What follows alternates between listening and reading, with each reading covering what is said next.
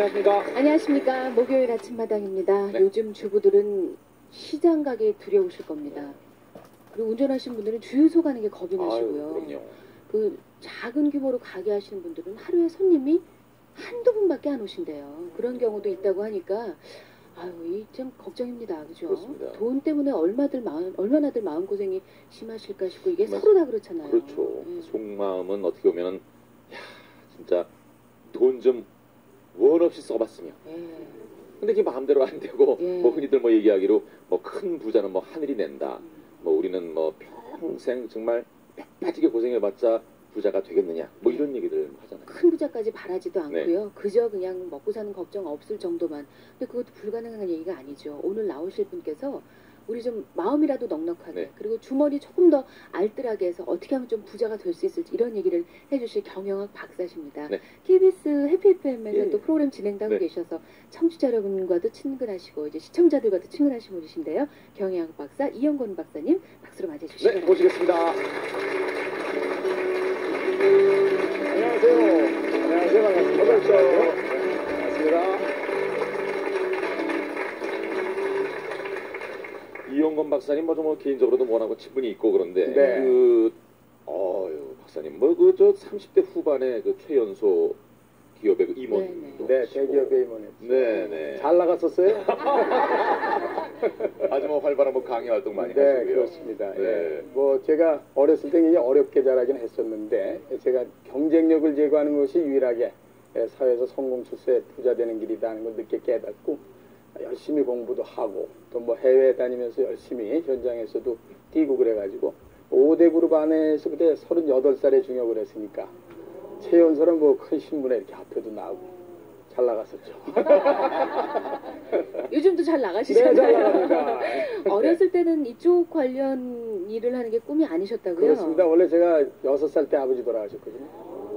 어머님이 그 당시엔 다 그러셨지만 아주 무지하셔서 뭐 글을 제대로 모르시고 그래서 집에 화장실이 없었으니까요. 그런데 제가 그래서 유일한 방법이 육군사관학교 가는 거였어요. 거길 가면 무슨 돈이 안 든다니까. 학교가 예. 근데 제가 육군사관학교 가려고 원서 쓸 때 제가 눈에 문제가 있다는 걸 알았어요. 이제 정록색약인데 적색하고 녹색하고 막 섞여져 있으면 안 보여요. 네네네. 그러니까 의사나 이런 게 못 되죠. 제가 그걸 알고 나서 절망에 빠져가지고 아 참나 재수 되게 없는 놈이구나. 그래서 이제 학교를 며칠 안 나갔어요. 근데 이제 선생님이 찾아오셔서 3번이나 너 좋은 길이 있으니까 방향을 바꿔봐라. 그래서 이제 장학금을 준다 그래서 이제 학교를 이제 다시 가서 그 당시에도 뭐 반가운 마음으로는 안 갔었는데 그러면서 많이 허송세월 하다가 대학교 3학년 2학기 때부터 제 선배 하나가 이 녀석아 인생은 마라톤인데 지나간 거 싹 잊어버리고 앞만 보고 한번 멋지게 뛰어보지 그러냐. 이 얘기에 제가 이게 자신의 경쟁력을 기르게 되면 성공 출세 돈 버는 길이구나. 그래서 정말 영어 공부 한번 시컷 해봤네요. 매일 아침에 6시부터 밤 12시까지 18시간씩 1년 3개월 해봤어요. 그리고 제가 아까 말씀드렸던 기업의 공채 수석으로 들어갔죠. 그래서 인생이 바뀌기 시작했어요. 착해요. 오늘 그런 것들을 네, 바탕으로 네. 해서 또 이제 경영학 박사로서 또 부자들을 또 이렇게 많이 연구를 네, 하시고 그렇습니다. 어떻게 하면 평범한 사람들이 없이 사는 사람들이 조금 넉넉하게 살 수 있을까 이런 걸 또 연구를 하신 분이니까 네. 좀 강의를 부탁드려도 될까요? 뭐 열심히 해보도록 하겠습니다. 박수로 맞이해 주시기 바랍니다. 네. 저걸 네, 박사님들 편하게 하세요. 그러시죠.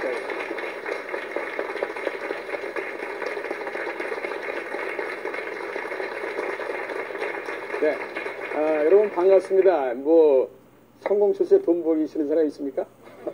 이렇게 여쭤보면 아무도 손 안 드실 거야.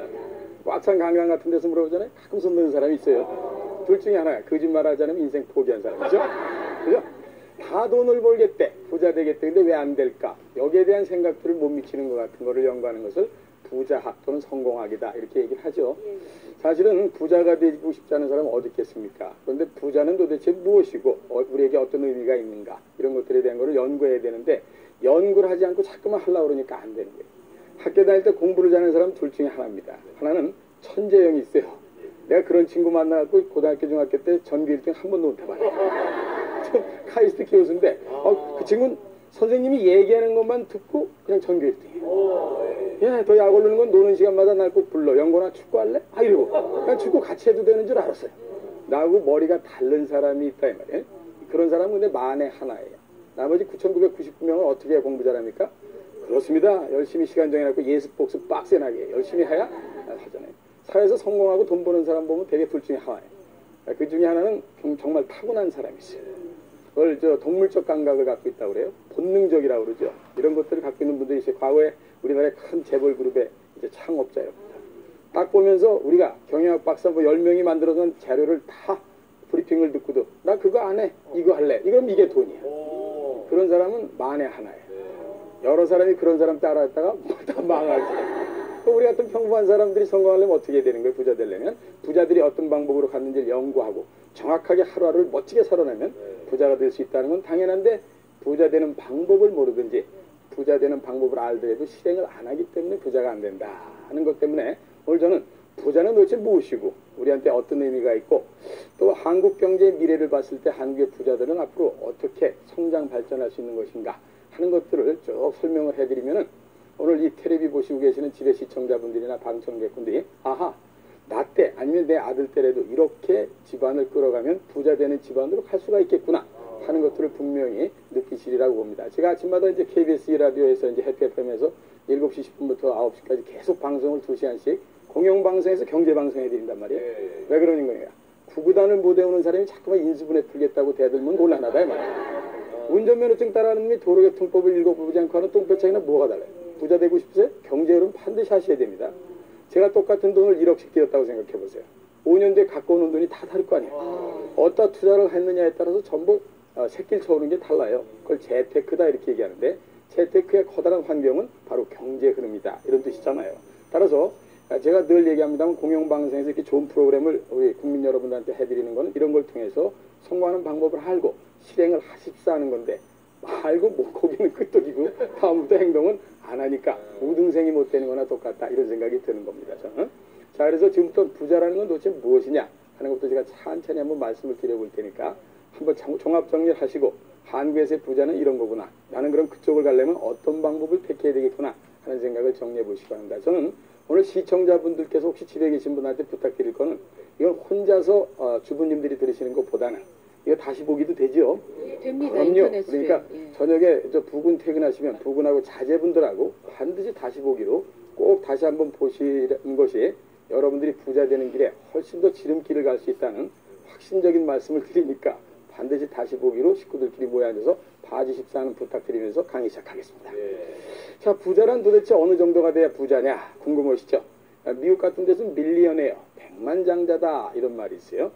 밀리언에어, 그러니까 밀리언 달러를 가졌다는 거는 한국 돈으로 하면 10억 원을 가진 건데 요즘에는 미국에서 10억 원, 100만 달러 가진 사람이 워낙 많았지만 제가 미국에 있었던 1979년도부터 86년도 때 현금으로 100만 달러 갖고 있다. 이거 어마어마한 돈이에요. 지금도 미국서는 큰 돈이에요. 우리나라가 워낙 물가 상승이 높아서 그렇지. 그런데 미국에서도 이제 100만 장자 갖고는 좀 성이 안 차서 대용으로 나온 말이 빌리언이에요. 즉 억만장자. 정확히 얘기하면 10억 달러인데 그걸 치면 뭐 한 1조 원 되는 거니까 그건 우리하고는 조금 좀 거리감이 있어요. 근데 여러분들 보시면은 뭐 비벌리 힐스라든가 이런 데 대저택 나오잖아요. 수천만 달러짜리. 이런 데 사는 사람은 되게 빌리언웨어들이 많지요. 그러나 우리의 기준으로 볼 때는 뭐 억만장자보다는 적당한 밀리언웨어로다가 우리가 30년 시차 정도가 미국하고 있으니까 그걸 갖고 풀어보는 것이 합리적이다 이런 생각이 듭니다. 그 한국서 그럼 부자라는 것은 어떤 사람을 가지고 부자라고 그러는가 하는 거에 대한 거를 여러 자료가 있습니다만 제가 판단하는 거를 합쳐서 몇 가지 예를 들어드리면 여러분이 그 안에 들어가 있으신지 판단을 하시면 되는 거예요. 우선 자기가 사는 집을 빼고 3일 이내에 현금으로 10억을 자기 돈을 가져올 수 있는 사람이 은행에서 꼬우는 거 말고 그러니까 은행에 예금이 돼 있다든지 보험금을 뭐 환급받는다든지 펀드를 환매한다든지 해서 일단 10억 원 정도를 3일 이내에 가져올 수 있는 사람 이 정도면 부자에 들어간다 이렇게 보는 거죠. 그런 사람이 뭐 몇 명이나 되겠어요. 손범수 씨 가능할 것 같아요. 오, 진짜요? 그렇게 안 봤는데. 이금희 씨도 여기서 버는 돈이 얼마야? 아니에요. 저는 진짜 그래요? 중요 가장입니다. 대단히 간단히 말씀드리면 자기 사는 집 빼고 일단 현금으로 10억을 3일 이내에 가져온다. 그럼 강남에 웬만한 집값이 10억이 넘어가는데 이건 사는 집이다 이게. 그러니까 거기에 있는 집에 살면서 현금이 10억이 없으면 집만 갖고 있는 사람이다 이런 얘기지. 진정한 의미에서의 부자는 아니라고 본다 이런 생각이 드는 거예요. 아마 대개들 이 동의를 하시리라고 봐요. 그 다음에 나름대로 집을 빼고 10억을 3일 이내에 가져오지 않는 사람 중에 아마 거기에 해당되실지 모르겠는데 연봉으로 한 2억 정도에서 3억을 버는 사람이면은 현금을 40억에서 50억을 은행에다 넣고 이자를 받는 거와 똑같은 효과거든요. 그런 사람은 부자죠. 근데 우리나라에서 봉급을 받는 게 보통 억대 연봉을 받고 싶다 이런 얘기들 많이 하는데 억대 연봉이 어느 정도 되느냐면요. 국세청 자료에 따르면 1억에서 2억 받는 사람이 우리나라 전체 인구의 1% 정도 됩니다. 그리고 2에서 3억을 버는 사람이 0.1% 정도 되고 5억 이상 버는 사람이 0.01% 안에 들어가는 거예요. 들어가시죠? 이제 대답을 하세요. 5억 정도 못 보세요? 네. 그거 뭐 인정합니다. 그럴 것 같아. 그러니까 부자에 들어간다. 제 말씀은 자기가 현재 10억을 은행에 갖고 있지 않더라도 곧 부자가 될 수 있는 유동성을 갖고 있는 사람들은 부자라고 봐도 좋다 이런 얘기죠. 왜 2억에서 3억을 치는가 하면은요. 2억 정도 되면 이자가 35% 소득세가 35%가 나가니까 실제로 자기 들에 들어오는 돈이 1억 3천. 따라서 매월 순수하게 들어온다니 1,000만 원 정도 되면 부자다운 생활들을 하는 사람이다 이렇게 본다 이 말이에요. 이런 것들을 여러분들이 늘 염두에 두시게 되면 물론 전 그 안에 다 들어갑니다. 그래서 부자강이라지 제가 부자가 아닌데 부자강이라면 남의 다리 벅벅 긁고 앉아 있는 거죠. 그래서 분명히 말씀드리지만 그렇게 저는 아까도 말씀드렸지만 가난한 집안에서 태어났는데도 가능성이 있는 거냐? 늘 있다 하는 것을 연구하는 것이 부자학이고 성공학이다 하는 걸 말씀드리려고 하는 거죠. 그럼 한국의 부자들은 아까 말씀드렸던 그런 정도가 한 1% 정도 되는데 이 사람들은 어떻게 부자가 됐는가 이걸 연구해봐야 여러분이나 자제분들을 이 방향으로 보내야 되겠다 하는 방향이 제시가 될 테니까 이걸 제가 연구를 해봤단 말이에요. 우리나라 부자 중에서 100명의 부자가 있다 그러면 5명은 부모를 잘 만난 겁니다. 유산. 유산 있으세요? 유산. 참 좋은 거예요. 집에 가면 우산은 많지, 우산. 이게 우산과 유산, 이게 작대기 하나 차이인데 인생 더럽게 커요. 부모 잘 만나는 거 복이에요. 그렇게 생각 안 하십니까? 그럼요. 부모 잘 만나는 거 복이죠. 그럼요. 그건 너무 엄청난 복입니다. 근데 중요한 건 이 5%의 사람이 좀 이따 말씀드리겠지만 이 유산을 받아서 부자 된 사람들이고 그 다음에 35% 그러니까 100명 중에 35명은 전문가 집단입니다. 예? 사자들 하는 게 대강 좋죠. 의사, 변호사, 무슨 계리사, 변리사, 박사, 공인중개사만 빼고. 농담이에요, 농담. 제가 공인중개사 일기인데 별로 돈 안 되더라고. 근데 어쨌든 차라리 장의사가 다 이렇게 내가 말씀드려요. 제 후배 중에 하나가 수원서 장의사를 3대째 하는데 장의사 이름도 좋아요. 낙천사. 이 친구 그냥 그 어려운 아이네 때도 맨날 나만 만나면 술 사주겠대. 뭐가 이렇게 좋아하는 거야? 그랬더니 형님 저희는 불황이 없습니다. 돌아버리겠어. 자 어쨌든 사자들 하는 게 내가 좀 그래서 학교 다닐 때 공부 열심히 하라고 그런 거란 말이에요. 그죠? 그런데 대부분 안 했잖아요. 그 지나간 거 수혜해봐야 소용이 없습니다. 그런데 실질적으로 요즘에는 CEO 같은 대기업의 중역 이상 정도 되면 연봉을 2, 3억씩 받는 사람들이 있고 CEO가 되면 10억 이상씩 받는 사람이 있으니까 일단 그런 전문가 집단이 부자에 들어갈 확률이 35%다. 이렇게 보시면 돼요. 그 다음에 나머지 60%는 뭐냐? 그 사람들은 전부 자기 사업을 하거나 한 사람들입니다. 자, 조그만 김밥 장사라든지 곰탕집을 하든지 이래서 부자된 분들 많죠? 청계통에 공부상을 한다든지 의료상을 한다든지 엄청나게 부자된 분들 많습니다. 저는 각계 각층에서 부자된 사람을 만나는 저희 프로그램에 CEO와의 만남 시간이라는 게 있는데 일주일에 한 번씩 제가 방송을 8년째 하니까 약 한 1년에 50명씩 한 400명 가까이를 만나봤어요. 짜장면 팔아서 500억 번 사람이 있어요. 한국에 분명히 있습니다. 근데 그 계통의 경쟁력을 제고했기 때문에 가능한 사람들이에요. 그런 사람들을 우린 늘 염두에 두면서 열심히 자기가 맡은 일을 최선을 다하는 것이 부자 되는 길이다 하는 생각을 꼭 하셔야 된다. 이런 말씀 제가 드리고 싶은 거죠. 자, 그러면은 우리 옛말에 부자 3대 못 간다 이런 거 있어요. 나 이거 맞는지 궁금했다고. 제가 미국서 공부하고 이게 전 세계를 다니면서 부자들 많이 만나면서 우리나라는 그 당시에 3대 간 부자가 별로 없으니까 미국이나 서양을 예를 들어서 한번 제가 봤어요. 재밌게도 말이죠. 부자 3대 못 간다 어떻게 되냐면요. 100명의 부자가 자기 아이에게 돈을 물려줬는데 1대 그러니까 2대 넘어가는데 20명만 남아요. 80명이 망합니다. 자, 우리나라 재벌 보세요. 많은 사람들 주인 다 바뀌었죠. 분명히 기가 막힌 대한민국의 재벌 20위 안에 들어갔던 회사들 지금 거의 다 없어졌습니다. 그렇죠? 예.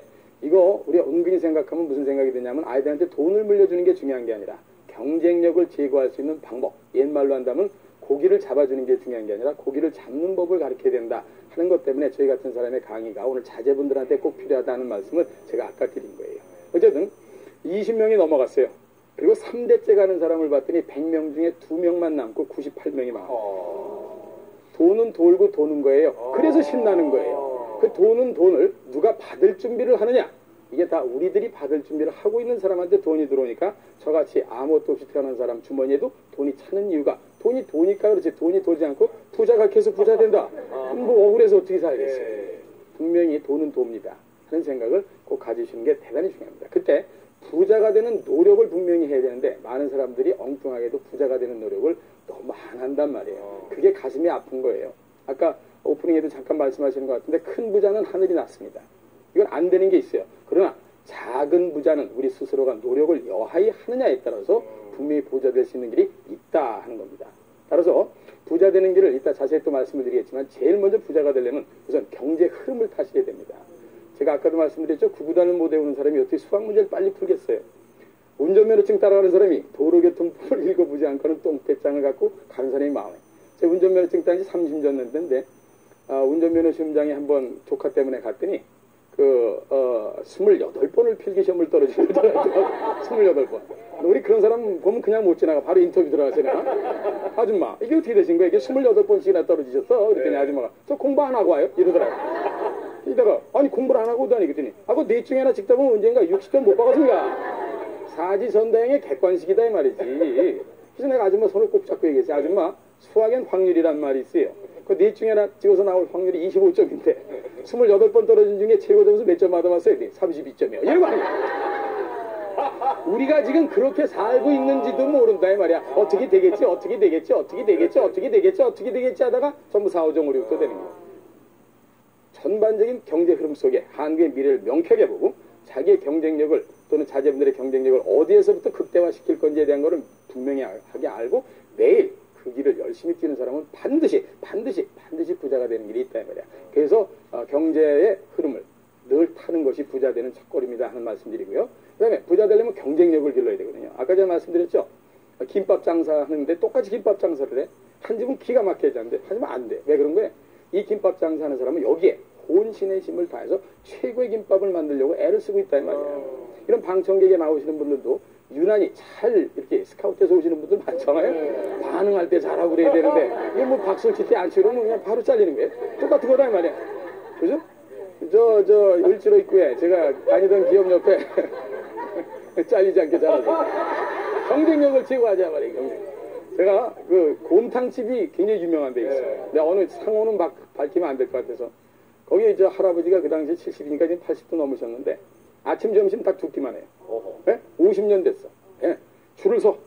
그때 대기업에 제가 임원이에요. 네. 거기 줄을 쫙 서. 우리 같은 사람 올 때 말이죠. 선생님이 와가지고 이 양반이 내 뒤통수를 툭툭 치면서 대기업에 임원이야. 그래도 나 거기다 툭툭 치면서 또 왔어. 맞으면서 서 있어. 왜? 맛있으니까. 맛있으니까. 그잖아요? 맛있으니까. 명동에 칼국수, 명동에 돈가스집 유명한 데 있어요. 동네 다 샀어요. 아까 말씀드렸던 그 짜장면 장사에서 500억 뭐 이렇게 버신 분이 제 인터뷰를 15분 동안 하면서 이러시더라고. 이 박사님, 저는 지금까지 14살에 가출해서 지금까지 4시간 이상 자본 적이 없어요. 그죠? 다 진인사하고 대천명하고 있느냐 이 말이에요. 그걸 되게 안 하면서들 부자가 왜 나는 안 되나 하고 부모님 탓하는 분들 많아요. 옛말에 제가 제일 좋아하는 사자성어 중에 하나가 전화위복, 세옹지마입니다. 제가 만약에 어려운 집안에 태어나지 못했다면 공부를 그렇게 빡세나게 하지 않았을 수도 있어요. 그죠? 그래서 저는 뒤집기에 성공하는 사람들을 더 멋있는 성공자라고 보는 이유가 바로 그런 게 있다. 이런 생각이 드는 거죠. 하여튼 부자가 못 되는 이유를 간추려 보면요. 성공하는 부자가 되는 방법을 모르거나 부자가 되는 방법을 알려드려도 실행을 안 하시면은 그건 때려 죽여도 안 된다. 이런 말씀을 드리면서 지금부터 말씀을 좀 풀어나가도록 하겠습니다. 그래서 중요한 거는요. 한국이 앞으로 잘 될 나라일 것이냐 이겁니다. 만약에 한국이 잘못되면 부자가 될 확률이 적습니까? 많습니까? 적죠 당연히. 제가 빌 게이츠가 한 인터뷰를 한 걸 봤는데 좀 직구진 기자가 이렇게 물어봤어요. 빌 게이츠가 저거 동갑이거든요. 나 그 사람한테 만날 때마다 열받아. 네? 저거 동갑이에요. 근데 그 사람이 물어요. 당신이 만약에 한국서 태어났다고 해도 세계적인 부자가 될 확률이 있었다고 생각합니까? 대답 2초도 안 걸렸어요. impossible, 불가능. 왜 그러냐? 그 국가가 발전함에 따라 부자들이 될 확률이 높다. 따라서 한국이 앞으로 못 사는 나라가 되는데 한국에서 부자가 많아질 가능성이 있습니까? 없죠. 따라서 우리는 큰 흐름 속에, 세계 속에 한국이 앞으로 어떻게 될 거냐 하는 걸 반드시 그래서 여러분들이 직시하시고 경제 흐름을 타는 게 대단히 중요하다. 이런 말씀을 제가 꼭 드려야 되는 겁니다. 그래서 오늘 중요한 본론 중간에는 일단 세계 속의 한국은 앞으로 잘 될 나라일 것인가. 그게 바로 여러분 또는 여러분 자제분들의 15년, 20년 후에 우리를 미래를 쳐다보는 거니까 얼마나 중요합니까? 이런 걸 미래 경제학이라고 합니다. 아주 재밌는 학문이죠. 사주팔자 푸는 길. 전 세계에서 그런 걸 제일 잘하는 사람이 존 나이스비트, 엘빈 토플러, 폴 케네디 뭐 이런 사람들이 있어요. 한국에서 제법 잘하는 사람이 여기 있습니다. 제가 사실은 엘빈 토플러 강의를 안 들었다면은 그렇게 세계를 이렇게 쭉 훑어볼 기회가 없었을 텐데 하는 생각이 많이 드는 거죠. 제가 지금부터 말씀드리는 거를 좀 잘 들으시고 메모하실 거 잘 메모하셨다가 꼭 좀 부자 되는 길에 합류하시기 바랍니다. 제가 좀 말이 좀 빠릅니까? 네, 약간 빠르죠? 마음이 급해 죽겠어. 이거 1시간 동안 드릴 말씀은 산적해 있는데, 그래서 조금 천천히 하도록 애를 쓰겠습니다만, 발음이 좋잖아요?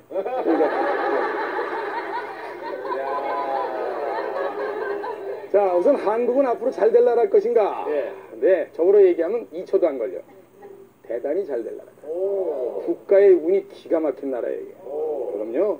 저는요, 지금부터 앞으로 대통령 5명은 정말 대한민국 5천년 역사 최고로 좋을 때 대통령 하시는 분들이고 그때 사시는 국민들이 우리를 포함해서 다 있는 거예요. 이거는요 정말로 운이라는 게 있습니다. 개인도 운이 있다는 건 믿으시죠? 어떤 사람은 운칠 기삼이라고도 그래요. 고스톱을 칠 때도 운 있는 건 아시죠? 패가 잘 들어야 돼. 패가. 아니 뒷장 잘 맞아. 기껏 먹었는데 명자 엄마 쌌어 이러면 안 되잖아. 그 재수 좋은 놈은 싸놓은 걸 뒤집어서 먹는 놈이에요. 분명히 운은 있어요. 대한민국 국가의 운이라는 건 대한민국이 어떻게 해서 되는 게 아니라 주변의 환경이 변하면서 대한민국을 밀어제끼는 걸 운이라고 해요. 지가 열심히 해서 하는 건 실력이지. 여보세요? 그래서 운이라는 걸 반드시 봐야 됩니다. 오늘 제가 간단하게 짧은 시간이지만 한국의 미래를 확실하게 보여드릴 테니까 이걸 보여드리는 이유가 뭐냐. 여러분이 부자 될 확률이나 자제분이 부자 될 확률이 또 세계적인 부자 될 확률이 높은 시대를 살고 있으니 자신감을 가져라. 이걸 보여드리기 위해서 한국의 미래를 보려면 한국 내에서만 보면 안 되죠. 주변 그렇습니다. 전 세계를 봐야 돼요. 왜냐하면 한국 경제 70%가 해외 의존돼 있거든. 이걸 해외 의존형 경제다 이렇게 얘기해서 대관소찰하셔야 돼요. 세계라는 숲을 보고 한국이라는 나무를 보고 경기도라는 이파리를 보고 뭐 부천시라는 예를 들어서 이파리를 봐야 정확하게 자기가 있는 곳이 보인다. 이걸 건방 떨면서 얘기할 때 영어로 얘기할 때 글로벌 마인드다 이렇게 얘기해요. 전 세계는 그런데 230개 나라에서 230개. 제가 230개 나라가 있습니다 이렇게 말씀드리는 순간 속으로 이놈들이 보고도 없이 나라를 이제 이렇게 많이 만들었냐? 여러분들 지금 안 해요. 그죠? 나하고 관계없다고 생각했거든. 그런데 이거는 여러분과 여러분 자제분들의 운동장이고 놀이터고 경제전쟁도 숫자예요. 제가 이따 정리해드리겠지만 이걸 아는 사람일수록 세계적인 부자가 될 확률이 높은 거죠. 자, 230개 나라는 전부 선진국 가길 원하고 아니면 강대국 가길 원하고 아니면 부자에게 그러니까 잘 살길 원해요. 실제로 간 나라의 숫자가 20나라밖에 안 돼. 이걸 선진국 그룹이다 이렇게 여기 들어가려고 우리 빡세나게 맨날 일하는 잘 안 되죠. 아이고 추석 잘 됐어요. 30등 정도 와 있어요. 잘한 거예요. 그래. 전교생 230명 중에 30등을 들어오지 않거든요. 전감사. 근데 중요한 건 아이고 어디로 오셨어? 여기서 20등, 10등, 5단에 들어가는 게 더 어려워. 왜? 이 녀석들도 가만 안 있거든. 계속 전진해요. 그래서 앞에 간 녀석들이 아이고 그러셨구나. 아이고 영어로 다 건방 떨면서 얘기할 때 벤치마킹이다. 그래요. 그건 영어고 친근한 한국 일본 말도 있잖아. 아이고 아이고 오늘 한국말에서 한국 하셨네요.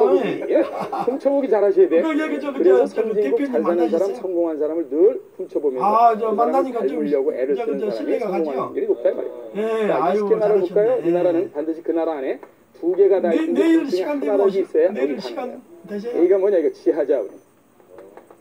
땅속에 묻힌 게 많은 나라에 태어나는 건 무조건 복입니다. 아유, 축하합니다. 신기한 나라가 12개 나라가 전 1000만 원 세계로 지하자원이 하셨다면서요? 많아서 왔어요.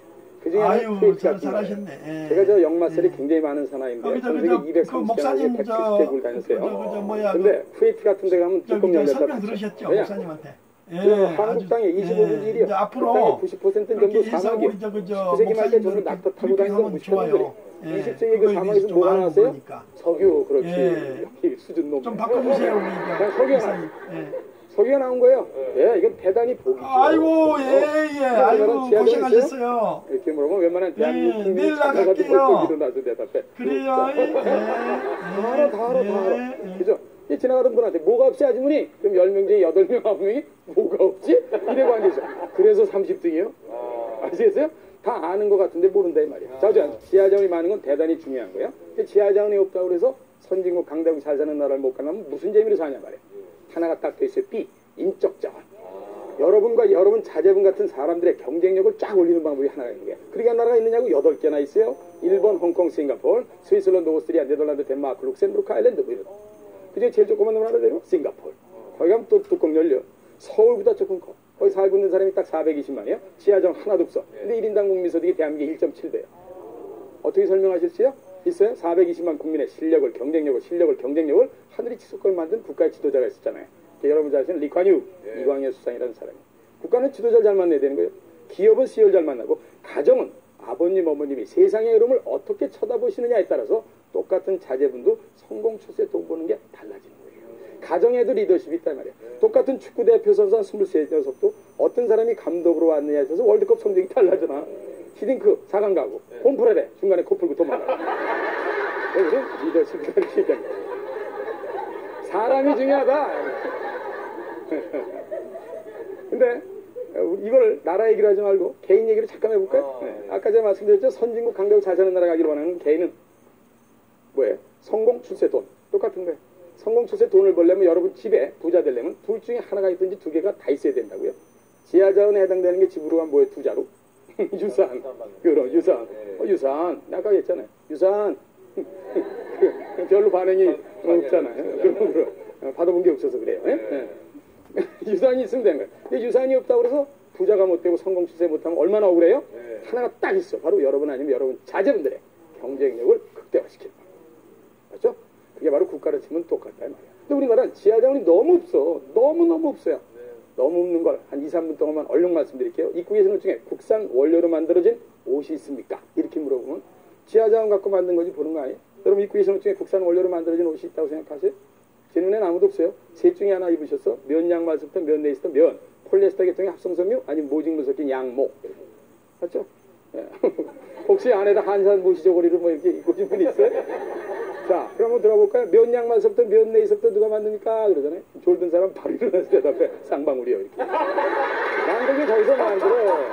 원료가 뭐야 원료가. 이게 전부 면하라고 100% 수입이요? 폴리에스터 계통의 합성섬유의 원료는 뭐예요? 석유예요. 뱀이 한 방울도 안 나요? 제가 전 세계 다니면서 제일 속상한 건 230개 나라 중에 104나라에서 석유가 나는 거예요. 옆에 있는 일본도 지가 쓰는 석유의 2.3%가 지 땅에서 나요. 어떻게 독도가 지네 땅이야? 주민세는 우리가 내는데. 근데 사우당간 그 녀석들도 석유가 나. 우린 없어. 그렇게 없는 나라다는 걸 알면 우린 사람에 집중을 해야 된다 하는 게 정확히 나오는 거 아닙니까? 자, 먹는 거 볼까요? 75%의 주고기 수입이에요. 하루에 600만 그릇의 짜장면이 팔려요. 짬뽕이 팔리고 라면이 팔리고 애들 돈 좀 피자 먹고 햄버거 먹고 전부 밀가루예요. 밀가루 원료는 100% 수입이에요. 밀이에요. 우리나라 먹거리의 28%가 밀이에요. 더 무서운 게 있어요. 9천만 마리의 소돼지다. 얘네들은 옛날처럼 꼴배다 먹이 영을 먹이. 뭐예요? 사료. 그렇지. 사료의 원료가 혹시 뭔지 아세요? 옥으로 시작하는데. 옥수수. 어우. 수제자료 명하노라. 수제자료 명해야 되고. 옥수수. 옥수수는 어디서 납니까? 그러잖아요. 그럼 졸든 사람 바로 일어나서 대답해. 강원도요.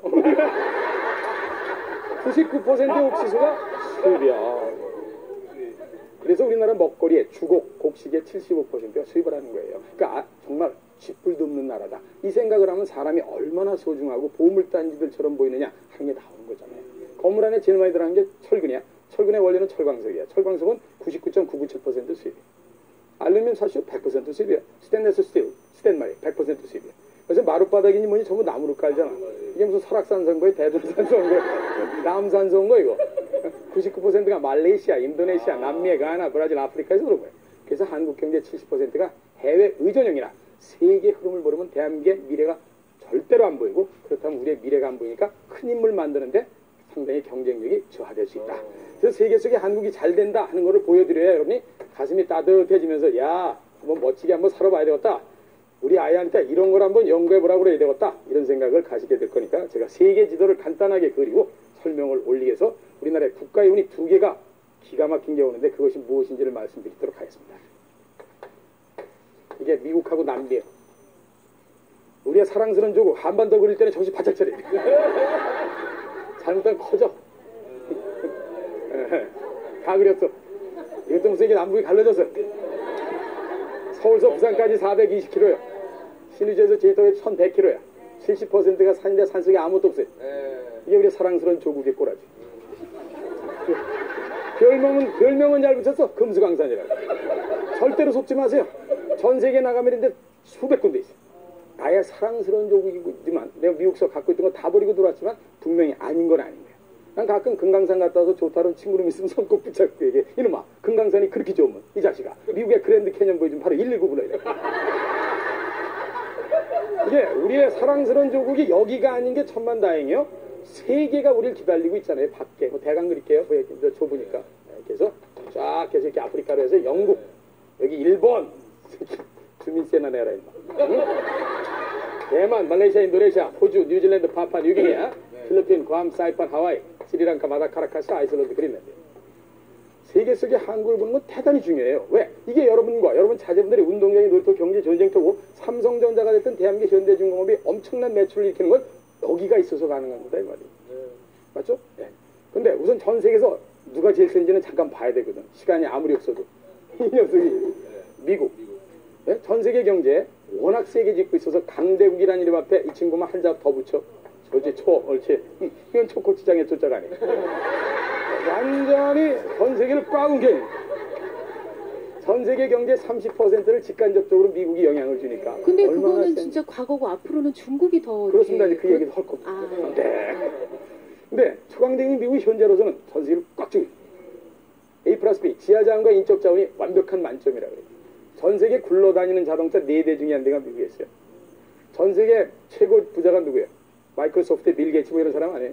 얼마나 부자인지 그냥 제가 장난스럽게 얘기할게요. 너무 심각하게 듣지 마세요. 부자인데 얼마나 부자인지를 감이 없으니까. 이 친구가 갖고 있는 돈을 한국에 갖고 들어오면은 예? 대한민국의 9개 재벌 그룹을 순서대로 다 사고 밤새도록 나머지 돈 세다 피곤해서 잡는다. 아직도 남았네. 그렇게 부자예요. 이 친구들이 지하자원 만점, 인적자원 만점으로 전 세계를 꽉 쥐고 있어요. 뭐 지하자원 중에 그냥 아주 가장 대표적인 거 하나만 얘기하면 식량 같은 게 먹는 거. 전 세계 먹거리의 거의 5분의 1을 미국이 돼요. 어디서 나온 줄 아세요? 여기가 산맥과 산맥 사이에 한반도에 9배 반짜리 평야가 있어요.